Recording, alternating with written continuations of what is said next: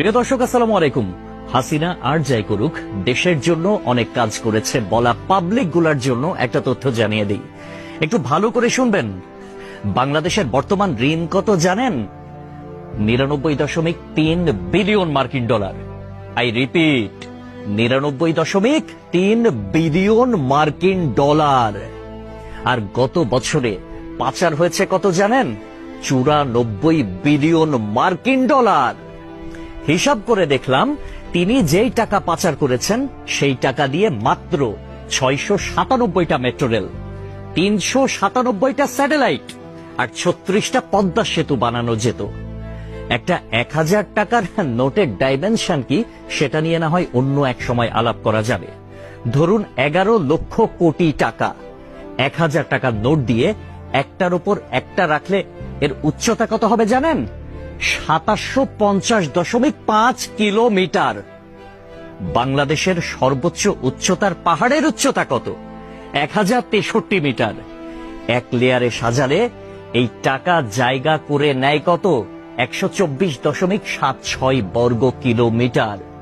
আর ঢাকার সাইজ মাত্র 306 বর্গ কিলোমিটার, চট্টগ্রাম 155 বর্গ কিলোমিটার। এই দুই বিভাগীয় শহর বাদে বাকি সব বিভাগীয় শহর এই টাকা দিয়ে ঢেকে দেয়া যাবে। পাশাপাশি যদি বসান তাহলে লেন্থ হবে কত জানেন? 1782349.6 কিলোমিটার। এক কথায় আমি সংখ্যাটা বলতে পারলাম না, আপনারা একটু ক্যালকুলেটরে হিসেব করে নেবেন, মানে ক্যালকুলেটরেও ধরবে বলে মনে হয় না। পৃথিবীর পরিধি কত? 40,000 কিলোমিটার। এই টাকা পাশাপাশি বসিয়ে পৃথিবীর পুরোটা 44.5 বার রাউন্ড দেয়া যাবে, মানে ঘোরা যাবে। কেউ যদি হাসিনার উন্নতির হিসাব দিতে আসে, তাহলে তাকে হাতে কলমে এই হিসাবটা বুঝিয়ে দেওয়া আপনার, আমার, আমাদের সকলের দায়িত্ব।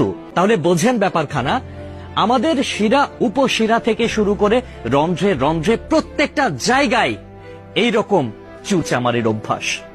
মানে দেশে উন্নয়ন হবে, উন্নয়নের আগে কে কয় টাকা ভাগ করে খাবে, এইটাই হচ্ছে তাদের টেন্ডেন্সি, এইটাই হচ্ছে তাদের মানসিকতা।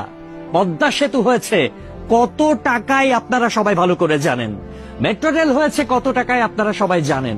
এলিভেটেড এক্সপ্রেস ওয়ের হিসাবটাও একটু গুগল করলে জানতে পারবেন। অথচ অন্যান্য দেশে এটার অর্ধেকও খরচ হয় না। তাহলে বাকি টাকা কই যায়? এক কথায় উত্তর, বেগম পাড়ায়। তবে একটা বিষয় ভালো লেগেছে, শেখ হাসিনা পলায়ন করেছে, কিছু নেতা কর্মী তারা বাংলাদেশে আটকা পড়েছে।